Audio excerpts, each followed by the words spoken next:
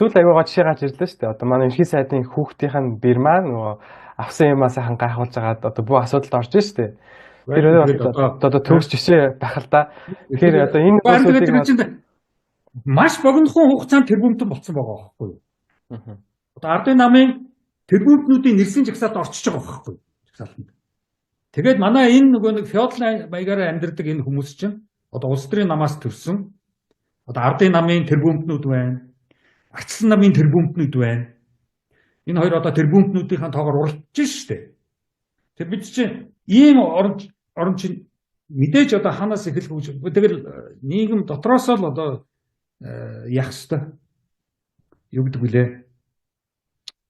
Дотроос л эхлэх ёстой. Ямар нэг байдлаар тэгэл бухимдал ямар ч үс үүссэн байна харагдаад байна. Ямар ч үс нэг илэрхийлж байна.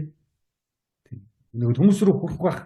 Бид нар чинь яг нэг сайхан ингээл нийлээд янз бүрийн хийх гэж чинь ихэнх нь аваа ирчихтэй гадаад руу.